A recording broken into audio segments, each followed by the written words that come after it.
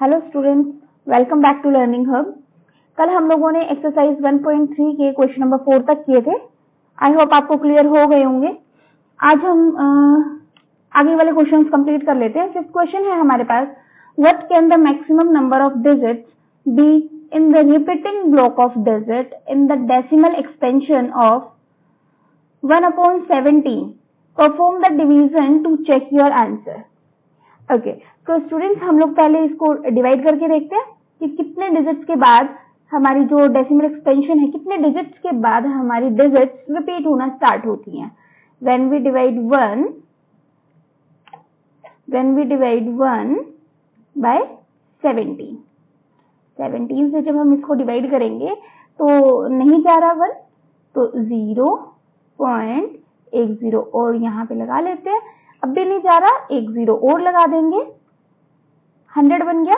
अब जाएगा ये 17 5 का 85।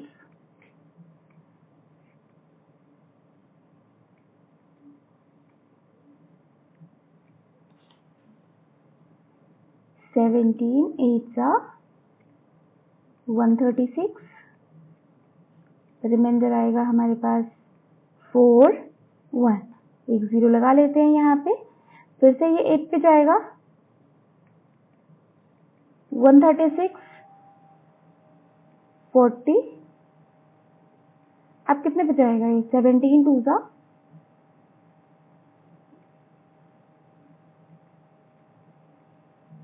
6 0 60। अब कितने पे जाएगा ये? 17 3 का 51, remainder is 9 0, 17 5 का 85, remainder is 5 0 50। अब 17 2 का 34, remainder is 16। अब आगे स्पेस नहीं है तो मैं यहाँ लिख लेती हूँ 16। 1 0 आ गई। अब ये जाएगा हमारे पास 17 9 का 153, रिमाइंडर कितना आ गया? 7 0, 17 4 का 68, रिमाइंडर 2 0, 17 1 का 17 3, रिमाइंडर 3 0 ले आते हैं। 17 1 का 17 अगेन 3 2 minus 1 1, 0 आ गया। अब कितने पे जाएगा? 17 7 का 119, रिमाइंडर कितना आएगा हमारे पास? 1 1, 0 लगा लेते हैं। अब कितने पे जाएगा ये? 17 6 का 102,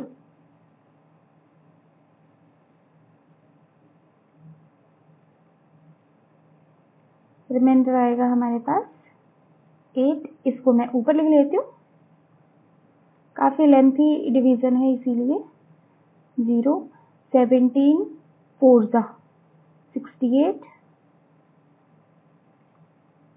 रिमाइंडर इज 2 1 0, 17 7 का 190, रिमाइंडर इज 1। स्टूडेंट्स अब देखो हमारे पास रिमाइंडर 1 आ रहा है और हम लोगों ने स्टार्टिंग भी 1 से किया था। अब अगर फर्दर और डिवाइड करेंगे तो ये जो डिजिट्स आई हैं हमारी, सेम डिजिट्स हमारी रिपीट होना स्टार्ट हो जाएंगी। तो अब हम इनको काउंट कर लेते हैं, कितने डिजिट्स बनती हैं ये? 1 2 3 4 5 6 7 8 9 10 11 12 13 14 15 16। तो आफ्टर 16 डिजिट्स हमारा जो डिजिट्स हैं डेसिमल एक्सपेंशन की, वो रिपीट होना स्टार्ट हो जाएंगी। So answer is after 16 digits. Answer क्या आ जाएगा हमारा? After 16 digits. आई होप आपको क्लियर हो गया होगा स्टूडेंट। चलते हैं नेक्स्ट क्वेश्चन पे। Look at several examples of rational number in the form P/Q, where P and Q are integers with no common factors other than 1. मतलब P and Q हमारे क्या रहेंगे? Co-primes रहेंगे. And having terminating decimal representation, can you guess what property Q must satisfy? Okay, students ये चाहते हैं कि जो हम P upon Q का एग्जाम्पल लिखें उसका terminating decimal expansion हो. तो इसके लिए मैं आपको पहले ही हिंट दे देती हूँ कि किस तरीके से ये क्वेश्चन सॉल्व होगा. जब डिनोमिनेटर में स्टूडेंट्स हमारे पास जो Q होता है, अगर Q या तो 2 की पावर n की फॉर्म में हो या 5 की पावर m की फॉर्म में हो या फिर 2 की पावर n इंटू 5 की पावर m की फॉर्म में अगर होता है तो वो डेसिमल एक्सटेंशन हमारे पास टर्मिनेटिंग आएगी. कैसी आएगी? टर्मिनेटिंग आएगी. तो उसी के अकॉर्डिंग हम एग्जाम्पल लिख लेते हैं. सपोज करो मैं लिखती हूँ 3/2. कितना आएगा हमारे पास? 1.5. और लिख लेते हैं 5/2, 2.5. और लिख लेते हैं 5/4. कितना बनेगा? 1.25. और लिख लेते हैं 9/8. कितना आएगा बच्चों हमारे पास? 1.125. ओके, तो और लिख लेते हैं हम लोग example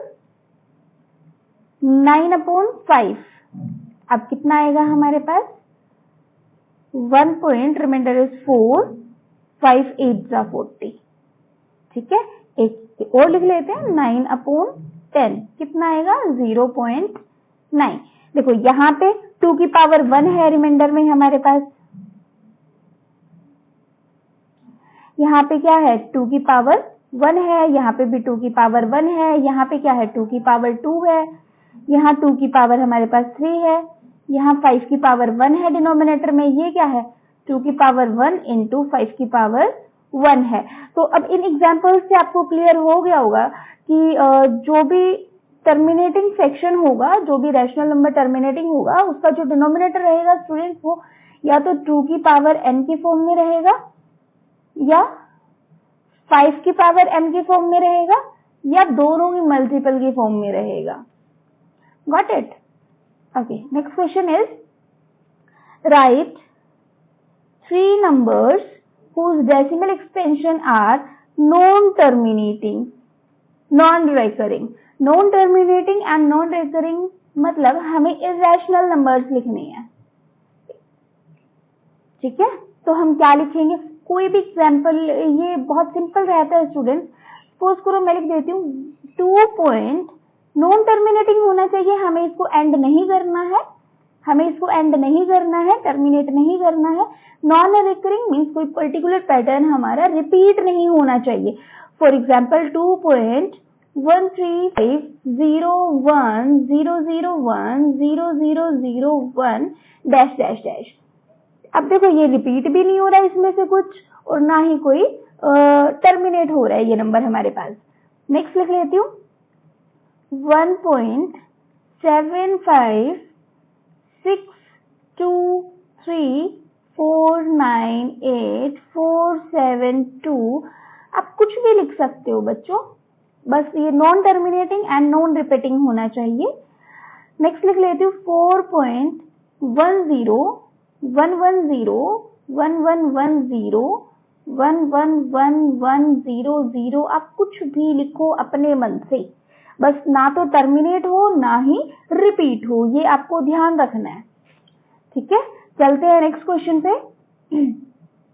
find 3 different irrational numbers between the rational number 5/7 and 9/11. हमें 5/7 एंड 9/11 के बीच में इरेशनल नंबर्स लिखने हैं. तो पहले हम 5/7 का डेसिमल एक्सटेंशन लिख लेते हैं. हम 5/7 को क्या लिख सकते हैं? 0.714285. अब आगे फिर से ये रिपीट होना स्टार्ट हो जाएगा, तो मैं इसके ऊपर बार लगा देती हूँ। एंड 9/11 को हम क्या लिख सकते हैं? 0.81 बार। आप इनको डिवाइड करके भी देख सकते हो। तो अब हमें स्टूडेंट्स इनके बीच में इर्रेशनल नंबर्स राइट करने हैं। कैसे लिख सकते हैं? कोई ऐसा नंबर जो इससे तो ग्रेटर हो लेकिन इससे लेस हो। क्या लिख सकते हैं? 0.723 dash dash dash. Means irrational number है तो ना तो हमें उसको टर्मिनेट करना है, ना ही हमें उसको रिपीट करना है, मतलब non terminating and non repeating होना चाहिए।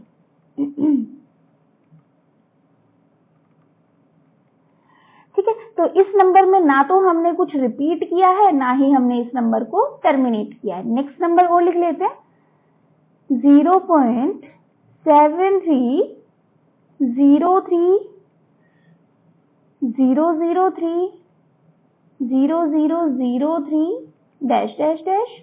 आप अपने मन से कुछ भी लिख सकते हो। 0.8011211112 dash dash dash. Okay students, I hope ये क्वेश्चन आपको क्लियर हो गया होगा। बहुत सिंपल क्वेश्चन है। चलते हैं नेक्स्ट क्वेश्चन पे। Classify the following numbers as rational और इर्रेशनल। जो ये क्वेश्चंस दिए हुए हैं, नंबर्स दिए हुए हैं, हमें इनको रैशनल और इर्रेशनल में क्लासिफाई करना है। तो सबसे पहला है हमारे पास √23। √23, एक तो 23 स्टूडेंट्स हमारा प्राइम नंबर है। प्राइम नंबर का जो रूट होता है वो कभी भी हमारा कंप्लीट स्क्वायर रूट नहीं होता। ये हमारे पास इर्रेशनल नंबर होता है। इर्रेशनल नंबर होता है। आप चाहो तो इसको सॉल्व करके देख सकते हो। 23 का रूट निकालोगे तो वो कभी भी टर्मिनेट नहीं होगा, ना ही रिपीट होगा। नेक्स्ट है √225। √225 225 किसका रूट होता है? 15 का होता है।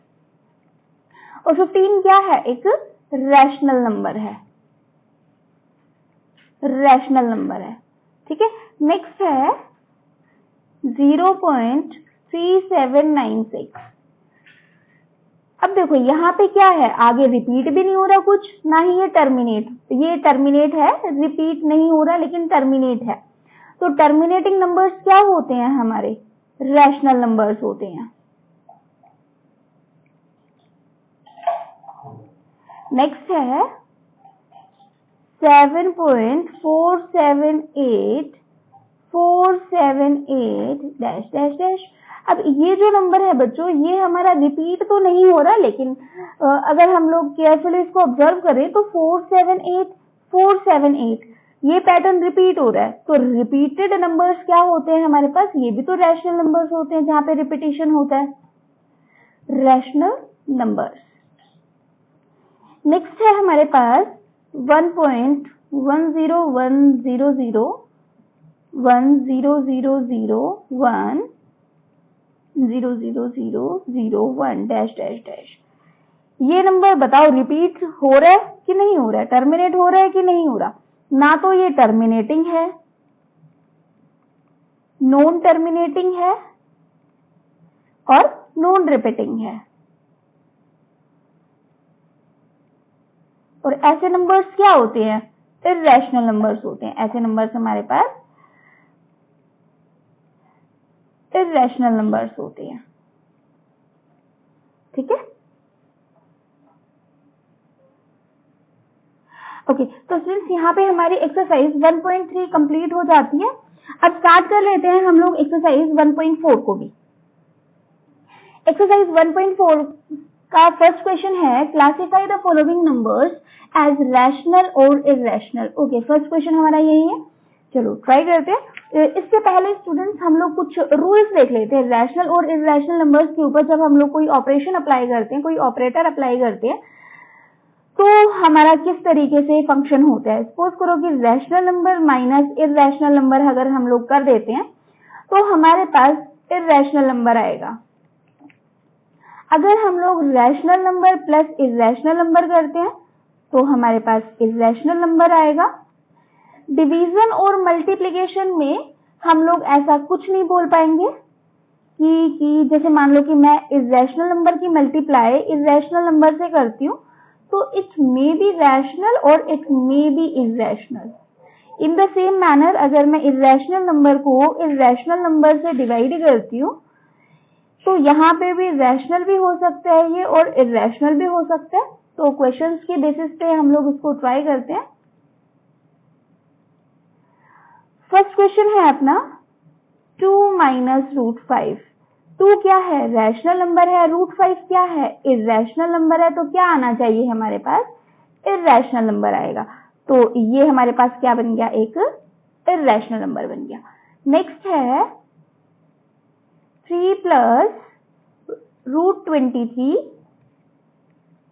Minus root 23।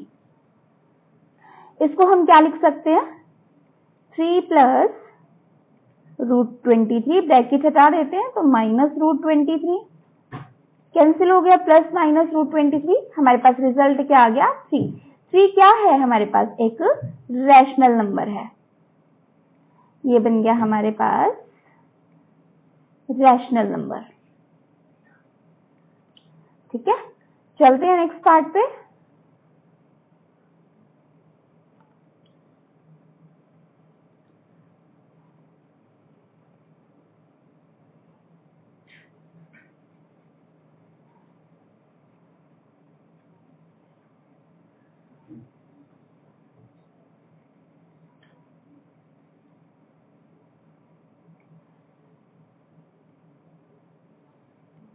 Okay, third part है 2 रूट 7 अपॉन 7 रूट 7। देखा जाए तो 2 रूट 7 हमारा इररेशनल नंबर है और 7 रूट 7 भी हमारा इररेशनल नंबर है। अगर हम इन दोनों का डिवीजन परफॉर्म करते हैं तो रूट 7 से रूट 7 कैंसिल हो गया, what we get 2 upon 7 and 2 upon 7 क्या होता है, p अपॉन q की फॉर्म में लिखा जा रहा है। ये हमारे पास एक रैशनल नंबर है। थर्ड पार्ट हो गया हमारा रैशनल नंबर। फोर्थ पार्ट कर लेते हैं 1 अपॉन रूट 2। तो स्टूडेंट्स ऊपर हमारे पास रैशनल नंबर है और डिनोमिनेटर में हमारे पास इररेशनल नंबर है, तो यहाँ पे ये हमारे पास इररेशनल नंबर आएगा। ये क्या है हमारे पास, इररेशनल नंबर है। फिफ्थ पार्ट क्या है, 2 इंटू पाई। पाई की वैल्यू कितनी होती है 3.14 डैश डैश डैश। अब यहाँ पे ये क्या है हमारे पास, नॉन टर्मिनेटिंग नॉन रिपीटिंग है, ये इररेशनल नंबर है और 2 क्या है हमारे पास, रैशनल नंबर है, तो ये हमारे पास क्या बन जाएगा, एक इररेशनल नंबर बन जाएगा।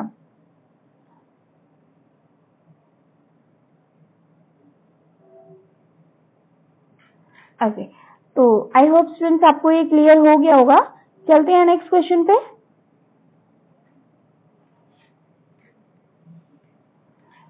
Simplify each of the following expression. Okay, हमें सिंप्लीफाई करना है इनको। फर्स्ट पार्ट है 3 plus root 3 2 plus root 2। Okay, तो स्टूडेंट्स हम इस पार्ट से मल्टीप्लाई करने वाले हैं। तो पहले हम 3 की मल्टीप्लाई करते हैं। 3 की मल्टीप्लाई करेंगे तो 2 प्लस रूट 2 से करेंगे, फिर रूट 3 की मल्टीप्लाई करेंगे 2 प्लस रूट 2 से। ये कितना बनेगा, अब 3 की मल्टीप्लाई करेंगे पहले 2 से 6 प्लस अब 3 की करेंगे रूट 2 से 3 रूट 2 प्लस अब रूट 3 की मल्टीप्लाई हम 2 से करेंगे तो क्या आएगा हमारे पास 2 रूट 3 प्लस इन दोनों की करेंगे तो हमारे पास क्या आएगा रूट 6 आएगा। अब इसमें हम कुछ और फर्दर सिंप्लीफाई नहीं कर पाएंगे तो यही हमारा आंसर हो जाएगा, यही हमारा रिजल्ट हो जाएगा। ठीक है, अब सेकंड पार्ट कर लेते हैं इसका सोल्व।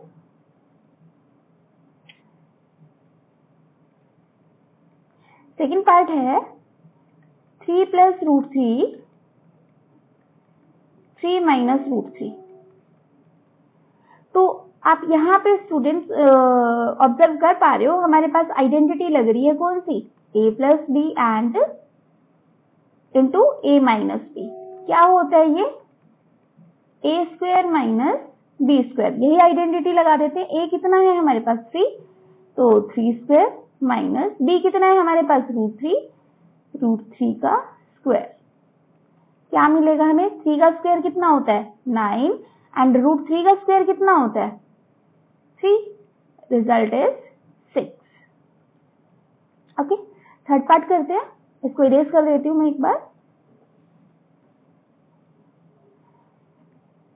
थर्ड पार्ट करते हैं।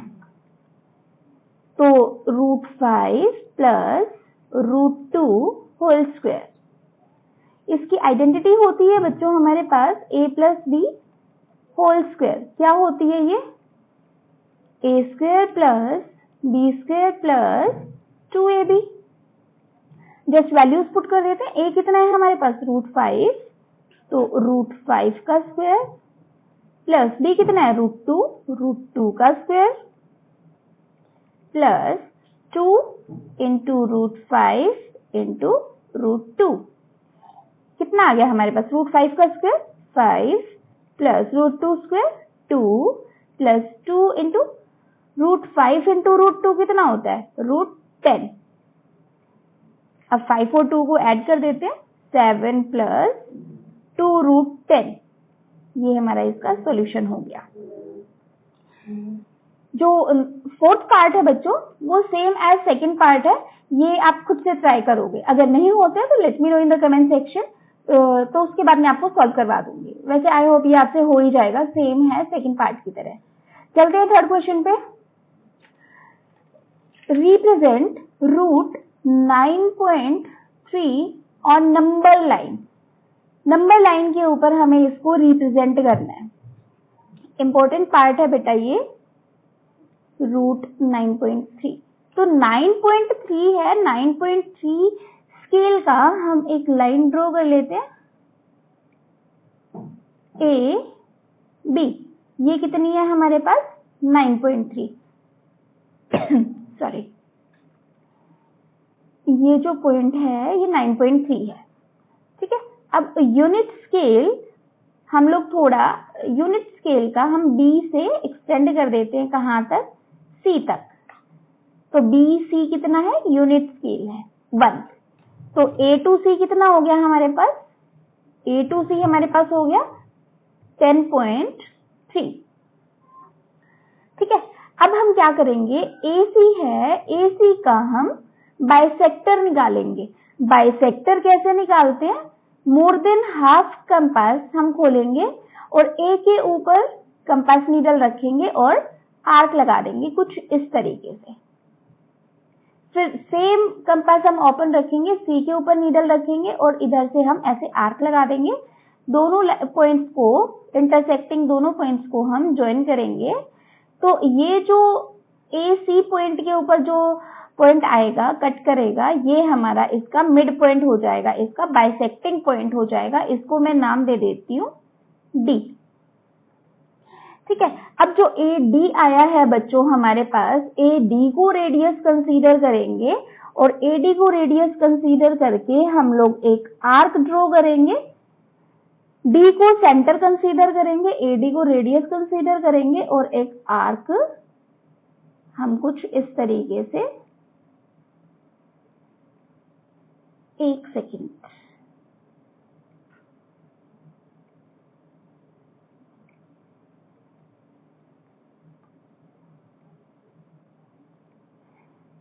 हम कोई एक आर्क ड्रॉ कर देंगे कुछ इस तरीके से। ये फिर से टेढ़ी लाइन आ गई है।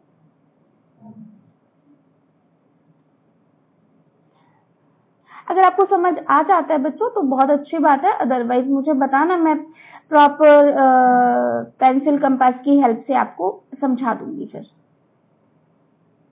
पर वो तभी होगा जब आप कमेंट सेक्शन में मुझे बताओगे कि ये वाला पार्ट आपको कंपास की हेल्प से समझना है। इस तरीके से हम D को सेंटर कंसीडर करके AD को रेडियस कंसीडर करेंगे और एक आर्क ड्रॉ कर देंगे। ठीक है, अब जो पॉइंट B है बच्चों हमारे पास, इसके ऊपर हम एक परपेंडिकुलर ड्रॉ करेंगे, 90 डिग्री का एंगल बनाएंगे।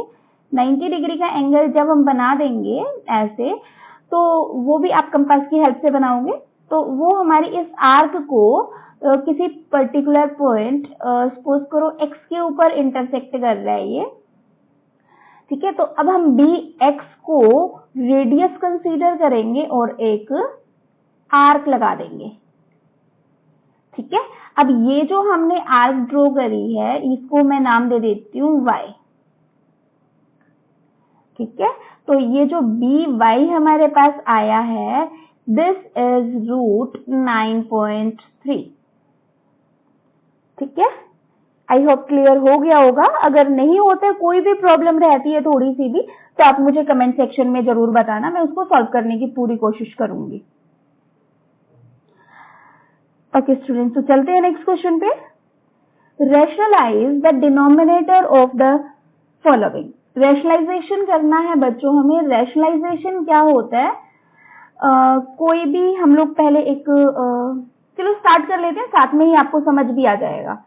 1/√7, कलर चेंज कर लेती हूँ, पेन का थोड़ा लाइट लग रहा है मुझे। इसमें हमें डिनोमिनेटर को रैशनलाइज करना है, तो हम क्या करेंगे, इसमें कोई और डिजिट नहीं है, एक ही टर्म है, तो हम सेम नंबर से डिनोमिनेटर को और न्यूमरेटर को मल्टीप्लाई कर देंगे। मल्टीप्लाई डिवाइड किया तो क्या आ गया हमारे पास, √7 इंटू √7 कितना होता है, 7। बस ये हमारा आंसर आ गया इस क्वेश्चन के लिए। सेकंड पार्ट है 1/√7 माइनस √6। इसमें जब हम रैशनलाइजेशन करेंगे तो डिनोमिनेटर जो है हमारे पास उसका साइन चेंज कर देंगे, प्लस है तो माइनस, माइनस है तो प्लस कर देंगे, और न्यूमरेटर और डिनोमिनेटर को दोनों को मल्टीप्लाई कर देंगे। ऐसा करने से स्टूडेंट्स नो चेंज रहता है, क्योंकि देखो इससे तो ये वाला पार्ट कैंसिल हो गया, सेम हमारा वही रहता है। तो मल्टीप्लाई करते हैं, √7 प्लस √6 की जब हम 1 से मल्टीप्लाई करेंगे तो हमारे पास सेम आएगा। अब यहाँ पे देखो क्या बन रहा है, यहाँ पे माइनस है, यहाँ पे प्लस है, तो a² माइनस b² वाला फॉर्मूला लग रहा है। √7 का स्क्वायर माइनस √6², क्या आ गया, √7 प्लस √6 अपॉन 7 माइनस 6। अब हमारे पास आएगा √7 प्लस √6 अपॉन 1, मतलब 1 लिखना ना लिखना एक ही बात होती है डिनोमिनेटर में। This is our result. इस तरीके से हमें रैशनलाइज करना होता है। थर्ड पार्ट करते हैं।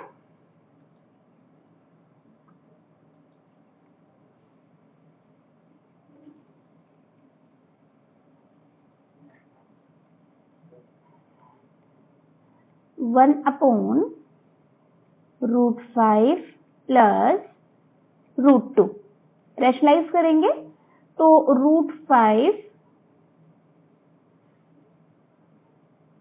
एक मिनट,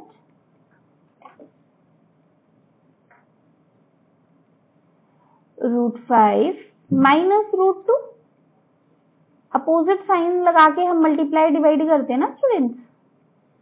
मैंने फिर से गड़बड़ी कर दी है।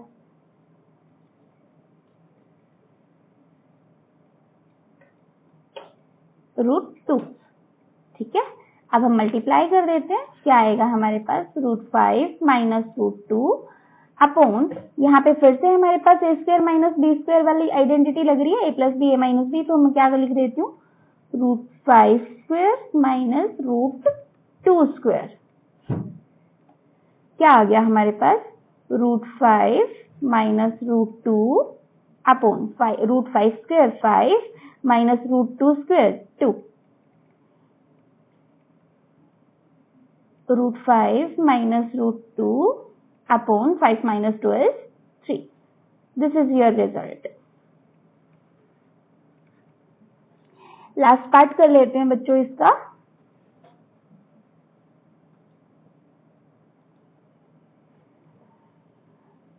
(1/√7 माइनस 2) हमें इसको रैशनलाइज करना है। रैशनलाइज करने के लिए हम क्या करेंगे, √7 प्लस 2 अपॉन √7 + 2। ओके, हमने मल्टीप्लाई डिवाइड कर दिया सेम नंबर से, जो डिनोमिनेटर में साइन था उसके अपोजिट साइन से।